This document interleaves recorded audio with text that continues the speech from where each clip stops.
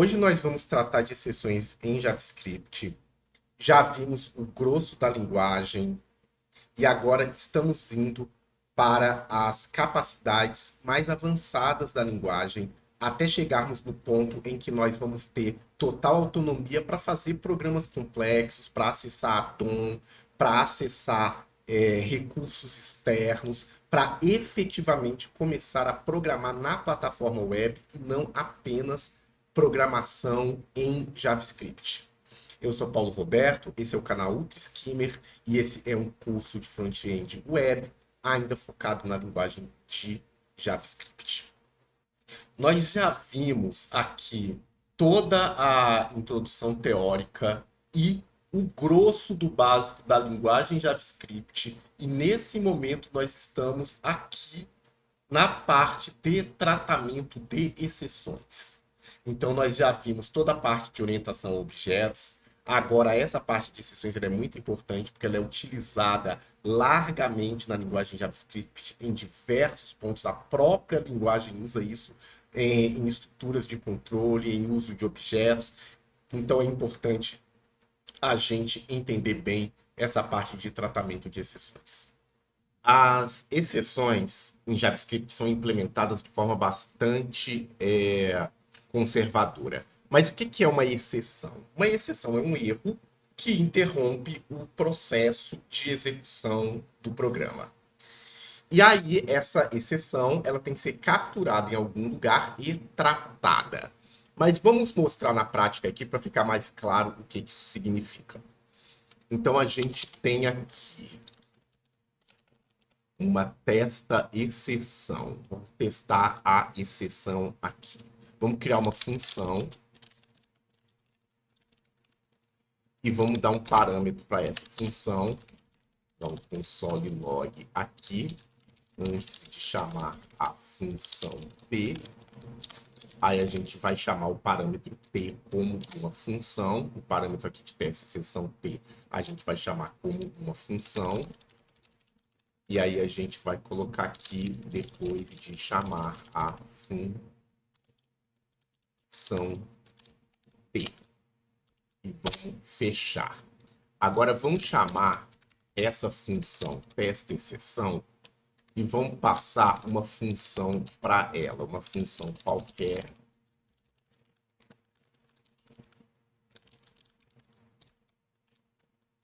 E vamos ver o que acontece. A função teste exceção, ela executou esse console log aqui, tá aqui. Aí chamou esse parâmetro t aqui como uma função. Esse parâmetro t é essa função anônima aqui. Essa função anônima em error notation. Então ele vai executar essa função anônima aqui, tendo esse resultado, e depois vai chamar esse console log aqui. Vamos agora chamar a testa exceção passando alguma coisa que não é uma função. String não é função. E vamos ver o que é que acontece. Ele levantou uma exceção, um erro. As exceções de JavaScript são chamadas de erros. Então, a função teste exceção, ela vai executar esse console log, então vai chamar o parâmetro t como uma função, só que t é uma string. Então ele vai levantar um erro dizendo que t não é uma função. E vai levantar uma exceção aqui e interromper o processo não apenas dessa função, mas de qualquer código a ser chamado posteriormente a esse erro, e vai imprimir o erro aqui, interrompendo todo o processamento. Eu vou mostrar para vocês como que isso aqui interrompe qualquer processamento que vem depois, mesmo que ele esteja fora da função.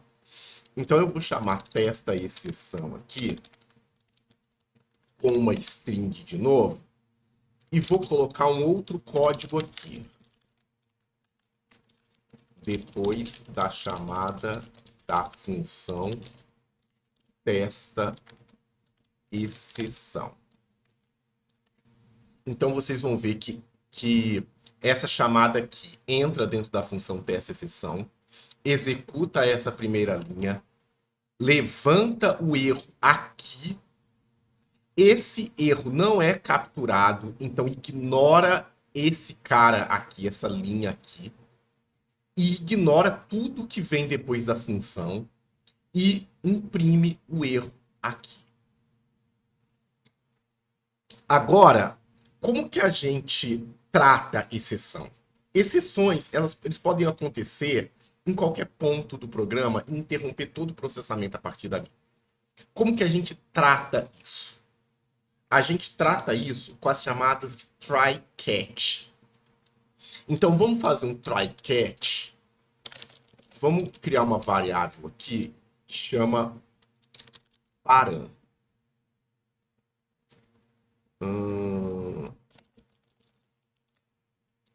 Não. Vamos simplesmente criar um try, um bloco try, chamar testa exceção, passando uma função aqui,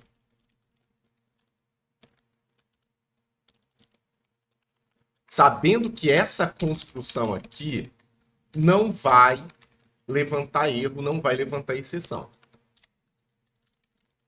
Vamos escrever aqui, depois da chamada da função testa exceção, e vamos capturar qualquer possível erro que aconteça dentro desse bloco aqui com a palavra reservada, com um bloco cat, com uma construção cat. Então, essa construção cat, ela pode ou não receber parâmetros aqui. Vamos colocar que ela recebe um parâmetro que é o próprio erro. E aqui a gente vai tratar o erro. Vamos só mostrar que erro que deu. O erro que aconteceu foi e todo erro possui um campo chamado message, que é o conteúdo de mensagem do erro. Vamos ver o que esse bloco faz. Ele vem, chama testa exceção, executa testa exceção, fazendo o primeiro print desse console log, que está aqui. Depois chama a função t, que é esse parâmetro aqui. Então ele vai executar esse console log aqui. Depois ele vai chamar esse console log aqui, que está aqui. Vai sair da função, vai executar esse console log, vai fechar o bloco try sem erros. Se não tem erro, ele vai saltar o bloco catch e finalizar o bloco try catch. Agora, vamos fazer a mesma chamada, mas aqui vamos tirar a função e vamos colocar simplesmente a string que não pode ser chamada como função. E vamos ver o que acontece.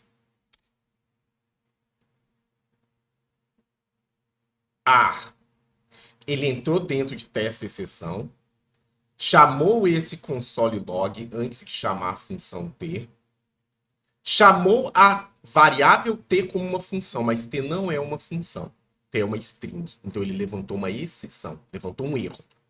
E o que aconteceu? O erro interrompeu o processamento da função. Interrompeu o processamento da função e interrompeu o processamento de todo esse bloco try aqui e entrou aonde? Entrou dentro desse bloco catch. E aí ele começou o bloco catch, que é um bloco normal, recebendo o erro dentro dessa variável e chamou esse console log aqui, dizendo que o erro que aconteceu foi que t não é uma função. Então, esse erro que apareceu aqui sem ser capturado, na verdade, ele foi capturado agora pelo catch, nessa tentativa que ele foi capturado pelo catch, entrou dentro desse bloco catch com o erro atribuído a essa variável e a gente tem acesso à mensagem de erro através do campo eMessage. A gente pode simplificar esse bloco não capturando esse erro, só que a gente não vai saber a natureza do erro. Então, o máximo que a gente pode dizer nessa situação é que aconteceu algum erro. E é exatamente o que acontece aqui. Esses blocos de try catch, eles podem estar em qualquer lugar do código, né? Eles podem estar, inclusive, dentro da função. Vamos redeclarar a função testa exceção e vamos colocar dentro de testa exceção um bloco try catch em torno desse cara aqui.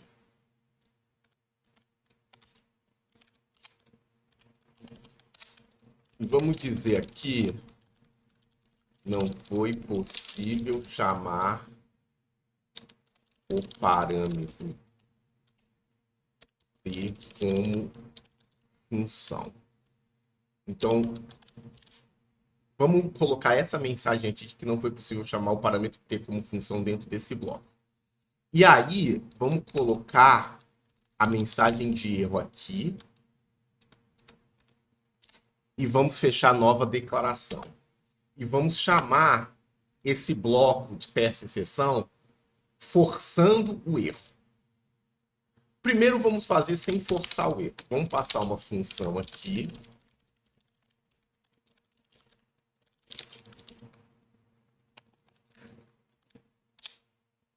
E vocês vão ver que ele segue o fluxo absolutamente normal que a gente já conhece, né? Ele entra dentro de testa exceção, printa o que aconteceu antes de chamar t, printa a execução da função t, que foi passada como parâmetro, vai para depois da função t, ou seja, aqui ó, nessa nova implementação, ele executa esse console log, entra dentro desse bloco try, executa o parâmetro t como função, não dá erro, então ele vai saltar o bloco catch, vai executar esse console log depois do bloco catch, vai sair da função e executar esse console log depois da chamada da função. Exatamente como está descrito aqui. Agora, vamos forçar a exceção. Não vamos passar nenhum parâmetro. Vamos ver o que é que acontece. Olha, ele deu o erro aqui, ó. Não foi possível chamar o parâmetro t como uma função. Só que essa aqui é a captura que está aqui, ó, dentro dessa função. A exceção, ela foi capturada, então não existe mais exceção, o processamento pode continuar normalmente a partir desse bloco catch. Então ele vai executar esse console log, como está aqui, depois de chamar a função t.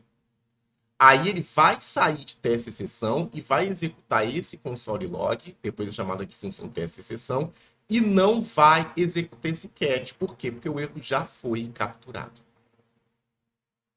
Essa implementação de exceções do JavaScript é muito, muito, muito conservadora. Ela é praticamente igual à implementação de try-catch do C++, é bem similar ao try-catch do Java, né?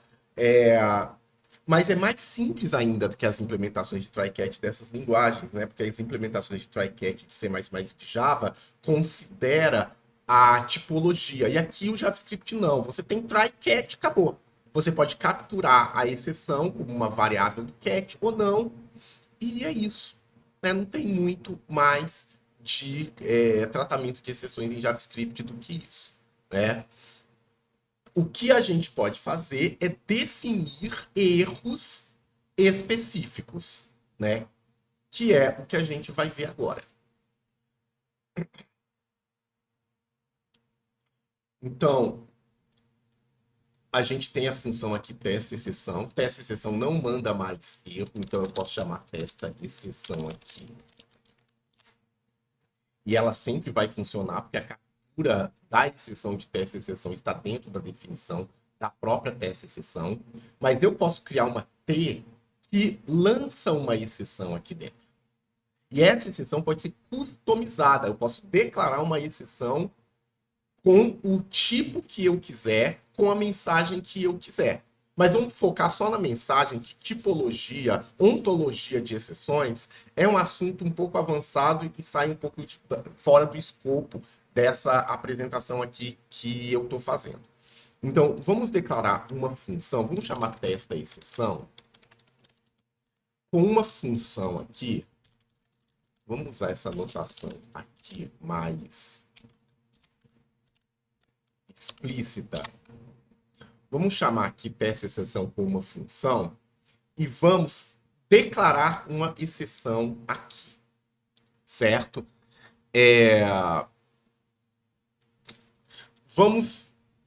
Como que a gente declara uma exceção? Uma exceção é uma variável, né? Então vamos dizer que uma exceção é uma variável. Era uma variável de tipo error. Então eu vou declarar um novo tipo de erro aqui. E não vou fazer nada, vou só imprimir essa exp, novo tipo de erro.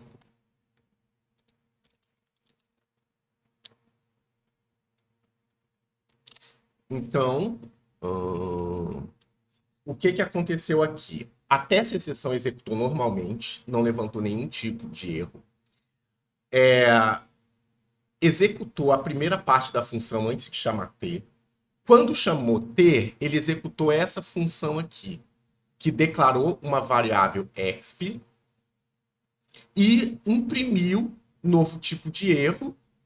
E o novo tipo de erro é o quê? É esse objeto aqui, erro, que foi declarado aqui em cima. Só que isso aqui não é uma exceção, não é o lançamento de uma exceção. Isso aqui é simplesmente a impressão de uma exceção. Tanto que depois ele chama a função t e não captura esse erro aqui. Por quê? Porque a função t, que é isso aqui, ela não lançou exp como exceção, ele só declarou. Agora, como que a gente lança uma exceção? A gente pega esse erro que foi declarado e a gente lança usando a palavra reservada throw. Então eu vou lançar a exp aqui e a partir desse lançamento vai interromper o processo. E esse processo só vai ser desinterrompido no bloco catch. Essa exceção vai ser lançada dentro dessa função que está na variável t de testa exceção. Então ela está na variável t de testa exceção. Vai lançar essa exceção aqui. E essa exceção vai saltar qualquer código posterior até a exceção ser capturada. Porque ela é já capturada imediatamente depois. Então vamos rodar isso aqui. E aí o que aconteceu? Ele executou a função testa exceção antes de chamar a função t, chamou a função t e aí executou essas duas linhas, inclusive imprimindo um novo tipo de erro, chamou throughexp. O que throughexp fez? Levantou a exceção. E essa exceção foi capturada nesse bloco catch aqui logo depois da t. E aí continuou normalmente o processo. Agora, eu vou mostrar para vocês como esse throughexp interrompe o processo. Vou colocar o lançamento da nova exceção direto. Assim. Então, em tese, vai entrar nessa função aqui, que está no parâmetro t, vai lançar a exceção e tem que ignorar esse print do novo tipo de erro. Vamos lá. E foi exatamente o que aconteceu. Ele entrou em teste exceção, printou o primeiro console log antes de chamar o parâmetro t, que contém essa função aqui, chamou o parâmetro t, que contém essa função, lançou o erro, ignorou o código que vem depois, e esse código foi capturado aonde? Foi capturado nesse bloco catch aqui e imprimiu que não foi possível chamar o parâmetro t como função. Por quê? Por causa desse erro aqui que foi lançado.